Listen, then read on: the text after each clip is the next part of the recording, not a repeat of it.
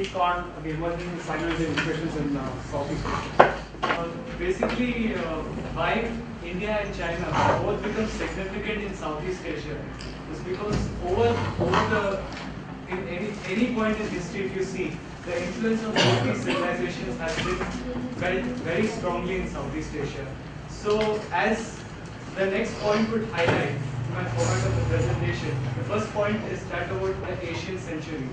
Ever since the last decade, I'd say, is that there is a revived debate about the re-emergence of Asia. There's a revival of Asia and the 21st century belonging to Asia. So in this aspect, the growth of China, India, and ASEAN as a region combined contributes to a large extent to this growth story of Asia. Basically, it can also be seen that why Asia and the Asia Pacific region is becoming important. One of the reasons is due to you can see is with the US focusing on its pivot strategy towards the Asia Pacific, and also the other being the re-emergence of Russia as a force in the international system, especially in the Asia Pacific. One of the examples is Russia's renewed interest in the East Asia Summit and also in APEC. So in this context, we can say that the world is increasingly looking towards Asia, and it rests its responsibility for the future on these countries to lead the world. So in this aspect, what we need to understand is that one of the most important things is that there needs to be high economic growth, and which will lead also to a stable security environment. This would usher in a success of the Asian century. Coming to ASEAN, the question mark after that is deliberate, asking if ASEAN is a success story. So in this aspect, there are some who would agree and some who would disagree. To those who agree, the point is that yesterday it was notified that the next Secretary General of ASEAN would be from Vietnam. So in this aspect, it has become a success story for ASEAN, because when ASEAN was formed at the height of the Cold War, the country which it opposed was Vietnam. So today if the Secretary General of ASEAN is from Vietnam, they have been able to integrate this region to an extent that the differences are being resolved. There is a high acceptability of ASEAN. As you might know, there are 10 dialogue partners to ASEAN, out of which most of them are also major powers of the world, such as India, US, China, Japan, and Russia. So this also signals an acceptability. But to those who do not agree, they have put across the view saying that, as you might recently have seen, the major power politics has, first time in its existence, brought about a sort of a division within ASEAN. Recently in the Foreign Ministers Summit, regarding the South China Sea dispute itself, Cambodia did not name China. One of the reasons is that China invests nearly $10 billion in Cambodia. So would it take this risk of protecting the region and losing all its investment? So that is one of the point of view, but later on it was internally resolved within the ASEAN grouping. And also one of the other points which you would want to note is that there is a growing defense expenditure. One of the triggers is China's military modernization, especially the maritime front is seeing a lot of investment in countries. Just for an example, a tiny country like Singapore is the largest defense spender in Southeast Asia. It in fact is one of the largest importers of arms in the world, and accounts for around 4% of the total world spending on defense. So to an extent you can see that it is having a cascading effect on the region. Major powers have always been a part of the politics of Southeast Asia, if you see right from the beginning.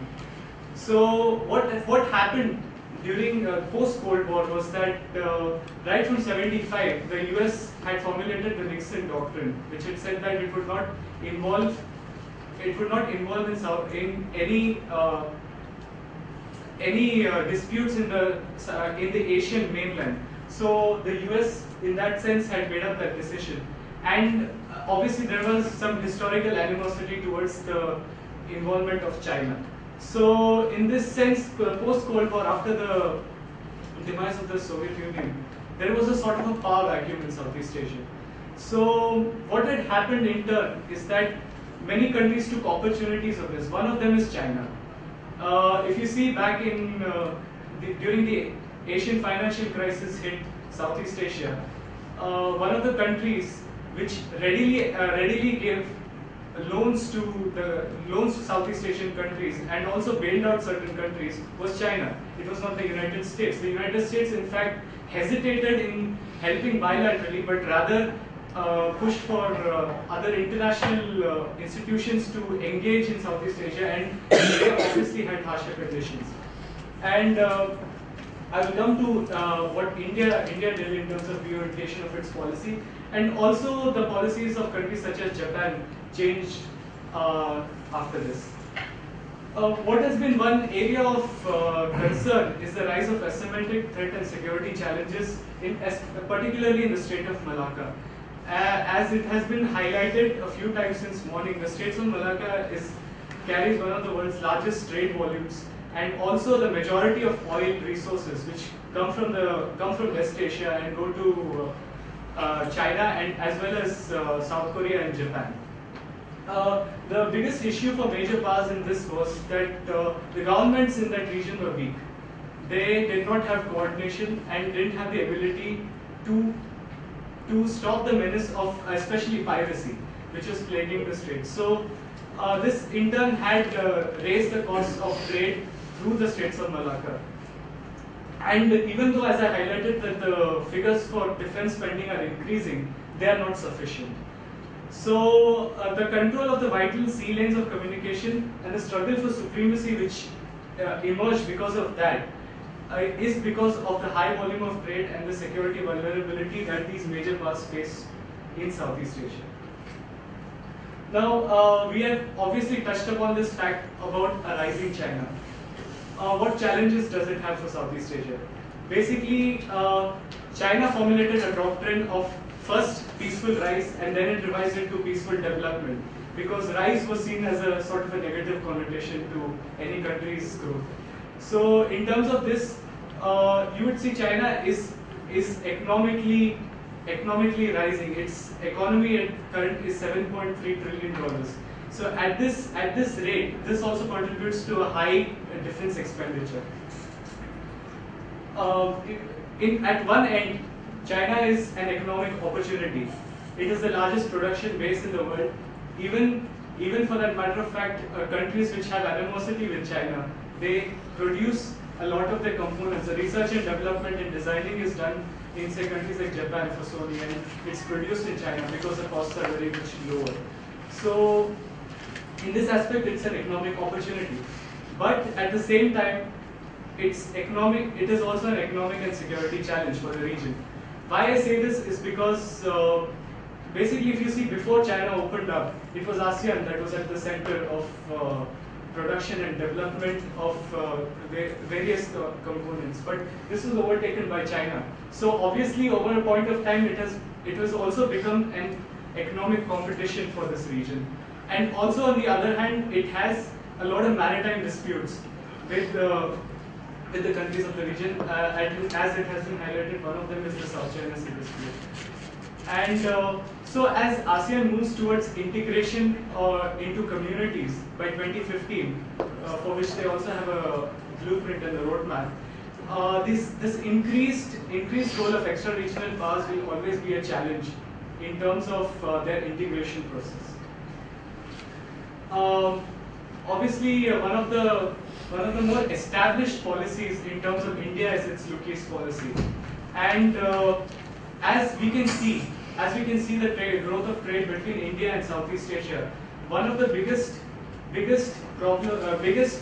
failures for India was that the pre-Cold War situation, ASEAN was a sort of a missed opportunity for India when it was at the heydays of its economic growth in the 70s and 80s. So the steady growth with ASEAN post-Cold War, the formulation of its Look East policy ASEAN has been at the heart of India's East policy, even though it has gone into a second stage where it has gone into further engagement with East Asia and Northeast Asia. ASEAN still remains as the center of India's East policy. And as you can see, India's growth in this region, and it has over the time become sent out this role which has brought out warm diplomatic reception in Southeast Asia in terms of India. Why I would say this is because the various ASEAN summits happen with all the dialogue partners. But it is very interesting to note that India became a full dialogue partner with ASEAN before China. And also India joined the ARF in '96, which it was incorporated into the only defense and security dialogue present in the Asia Pacific. And also in the East Asia Summit, if you had followed the negotiations, it was to counterbalance China, countries actively promoted the inclusion of India, especially Japan, Indonesia, and Singapore promoted very strongly the India to be part of the core membership of the East Asia Summit. And hence, it can be said that ASEAN has also become a gateway for India to involve in East Asia. This is a little work I had done also before in terms of collection of data, and which I updated, which I had done for my dissertation. In fact, I had also updated this in terms of what is the current level of interaction.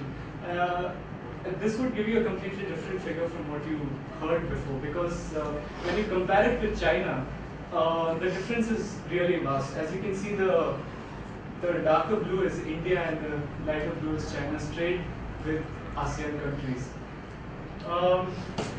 Both India and China, but I would like to emphasize, are dialogue partners and have concluded free trade agreements with the Association of Southeast Asian Nations. And China's trade is actually more than 4 times that of India in the region. The figure which I was able to collect is that China-ASEAN trade is now around $362 billion, whereas India's trade is somewhere around 80 billion as of now. India's trade is actually lowest with mainland Southeast Asian countries, the CMLD countries being Cambodia, Myanmar, Laos, and Vietnam, and also the Brunei. So India's pattern of engagement is still been very strongly with the initial ASEAN members, the stronger economies of Southeast Asia. CMLD M is Myanmar, not Malaysia. Yeah, I said Myanmar. In terms of the defense relations, the maritime threat, as I had highlighted, is a common concern for all the countries of the region as well as extra-regional powers. But there are problems with the issues of sovereignty in the region. One of the examples is how to tackle piracy, whereas the whole of ASEAN was divided in terms of the maritime countries. Indonesia and Malaysia were very much opposed to any external power being involved in the security and safety of the sea lines of communication, especially the Straits of Malacca, whereas Singapore, being a close ally of the US in the region, favored the US to be a part of this maritime patrolling of the straits. But in the end, as they say, they have an informal way of meeting and resolving these situations which come in the way of regional cooperation, known as the ASEAN way. It is a very informal mechanism, it's not formalized. So finally they concluded that though sovereignty is an issue, they will have a trilateral cooperation between the countries of the Malacca Straits to counter the threat of piracy. So sovereignty is a very, very deeply entrenched and important part of the region's, whatever decision making goes into the region. There is still a lot of trust deficit and internal mistrust, as the above point would have also highlighted. So this is also what leads to a lack of formal cooperation with external powers. India's role has always been very, very benign in terms of accepting maybe an incident of India going and supporting North Vietnam instead of ASEAN in that period of time. That was by far the only time India and ASEAN had different opinions.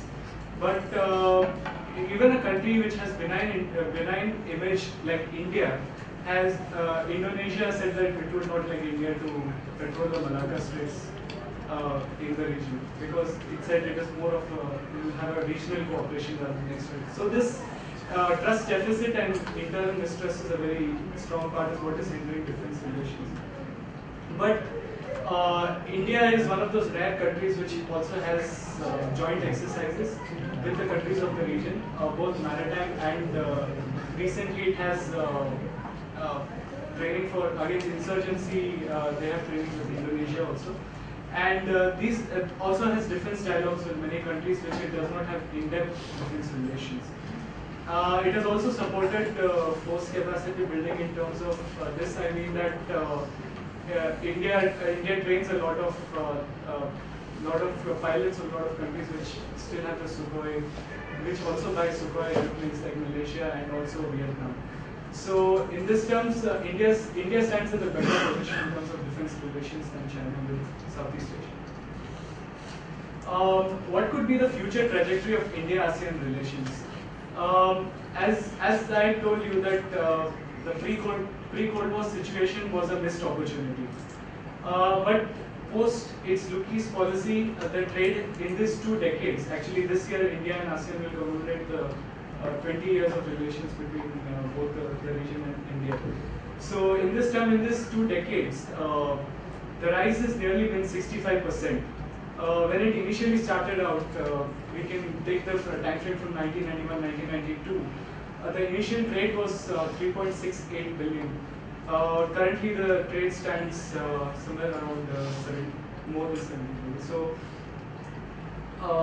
but there could be hurdles. One of the examples we can take is that recently, in the past few days, I come across this news that whenever a country goes into a free trade agreement, it also would like to, the art is that it goes into services cooperation with those countries.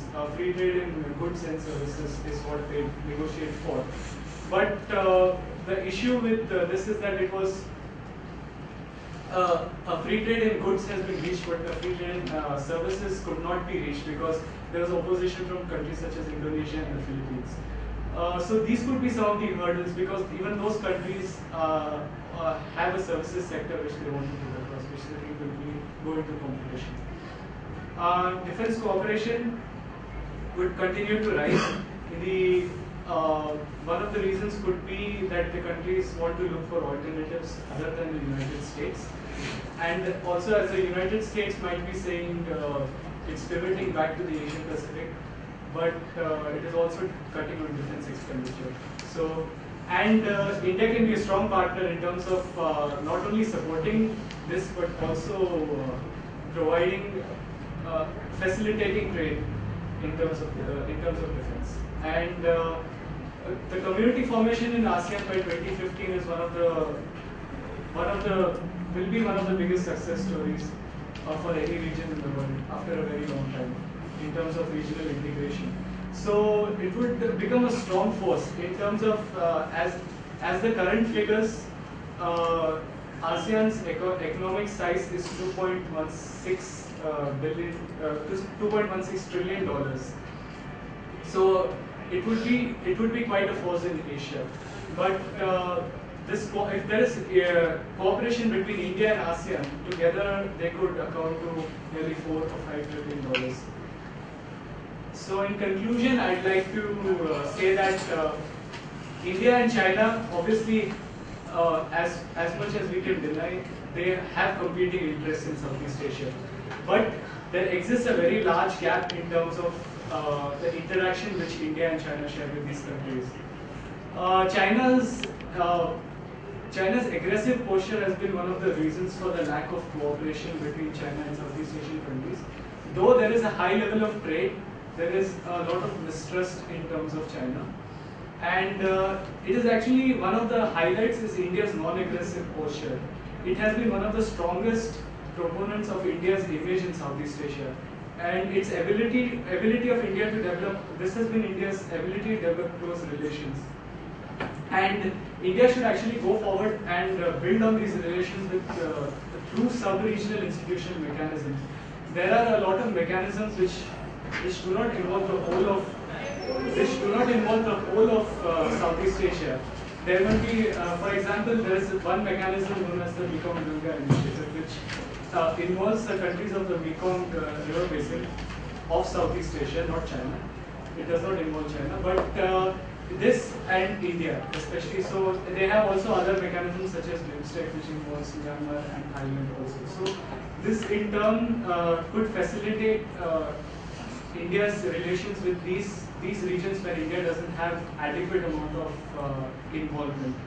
Hence, I would like to conclude by saying that if we are looking for a future of stability in Asia, it should obviously be led by Asian countries. So, so peace between India, China, ASEAN, and Japan is actually would be a very important part of the stability of Asia in the future. Thank you. Yeah, you talked about the economic angle between India, ASEAN, China, ASEAN, and the defense angle between India and ASEAN particularly. But what sort of a role is Japan having in